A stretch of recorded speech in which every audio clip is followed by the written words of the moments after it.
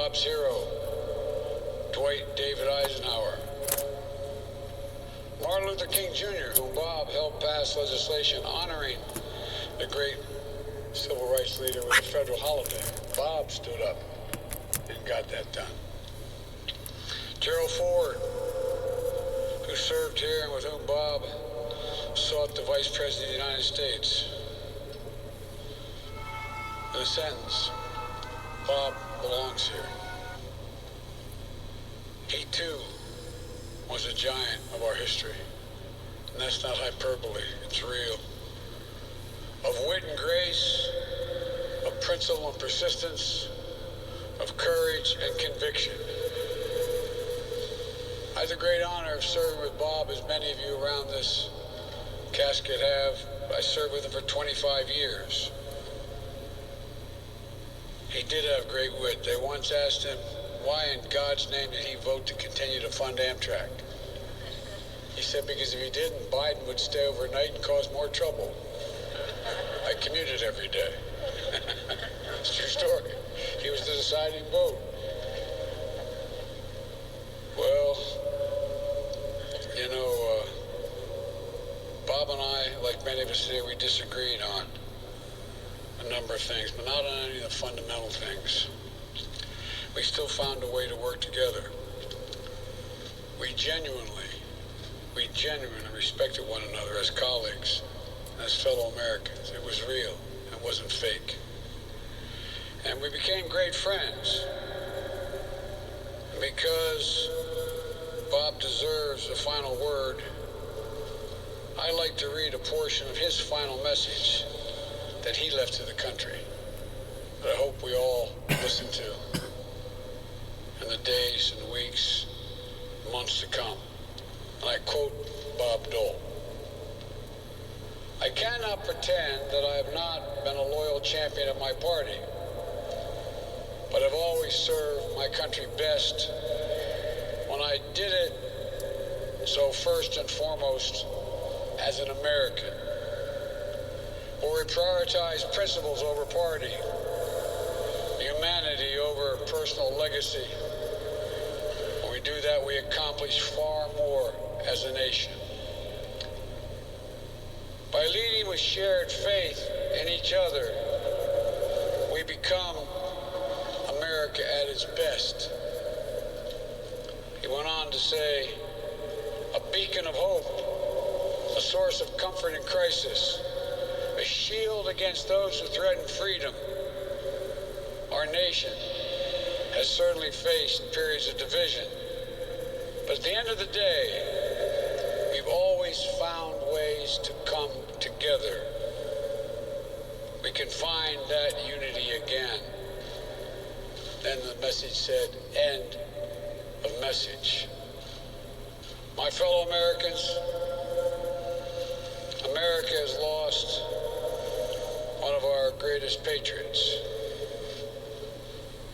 We may follow his wisdom, I hope, and his timeless truth. But the truth of the matter is, as divided as we are, the only way forward for democracy is unity, consensus, the only way. May we follow his wisdom and his timeless truth and reach consensus, the basic fundamental principles we all agree on. May God bless Bob Dole. May God bless America. May God protect our troops. You're listening to the tribute ceremony to the late Senator Bob Dole. Now, lying in state is one of the most solemn American traditions reserved only for select prominent individuals. Senator Dole becomes only the 33rd person in U.S. history to lie in state in the rotunda. Since the turn of the century, only Representative John Lewis, Democrat of Georgia, Senators John McCain, Republican of Arizona, and Daniel Inouye, Democrat of Hawaii, and Presidents George H.W. Bush, President Ford, and President Reagan have lain in state in that location. Now, as a fiscal conservative, Senator Bob Dole was first elected to the U.S. House in 1960 He supported both the 1964 Civil Rights Act and the Voting Rights Act a year later. And that will do it for C-SPAN Radio's coverage of this tribute ceremony to the late Senator Bob Dole. We now take you to the Rayburn House Office Building for the House Energy and Commerce Subcommittee hearing on consumer protection and commerce. This is a hearing on big tech transparency and internet safety. We begin with Illinois Democrat Representative Jen Schakowsky, who is the chair of this subcommittee. On C-SPAN Radio. I am going to count down from 5 before calling the 4, 3, 2, 1. The Subcommittee on Consumer Protection and Commerce will now come to order. Today we will be holding a hearing entitled Holding Big Tech Accountable, Legislation to Build a Safer Internet.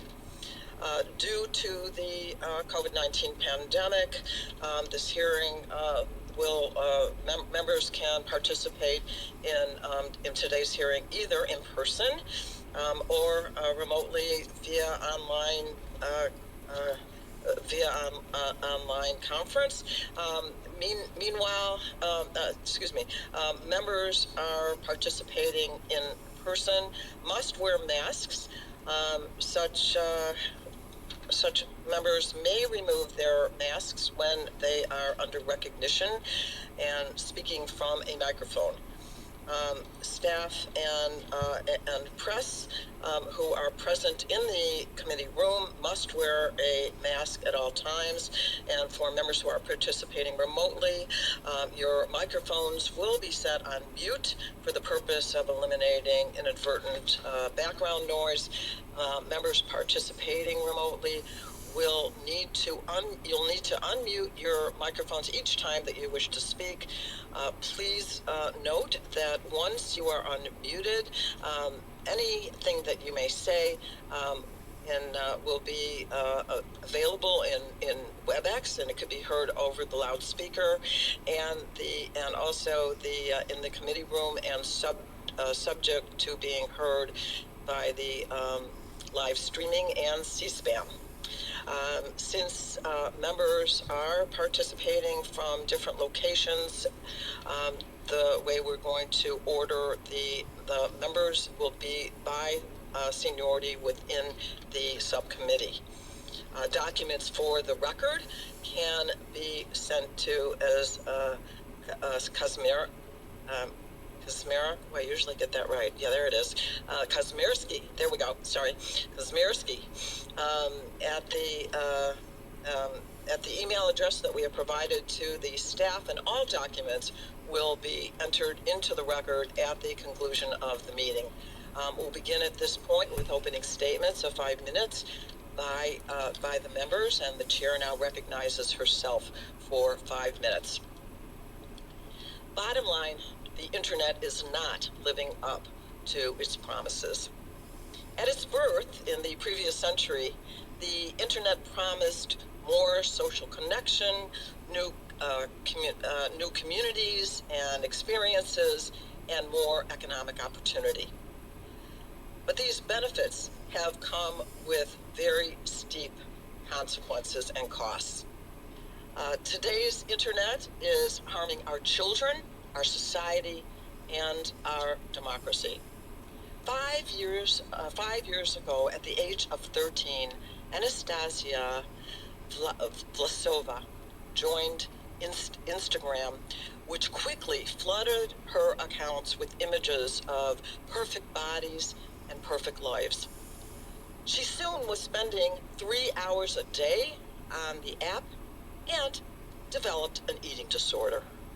Despite public outcry, as recently as reported as yesterday, it confirmed that Instagram is still promoting pro-anorexia accounts to teens. Ms. Vlasova actually did eventually quit using Instagram, but millions of children and teens remain powerless against the addictive and manipulative algorithms and ads. On January 6th, DC police officer Michael Fanone was grabbed, beaten, and tased, all the while being called a traitor to his country. The deadly insurrection was, at least in part, coordinated on platforms like Facebook and exacerbated by elevating the and amplifying algorithms that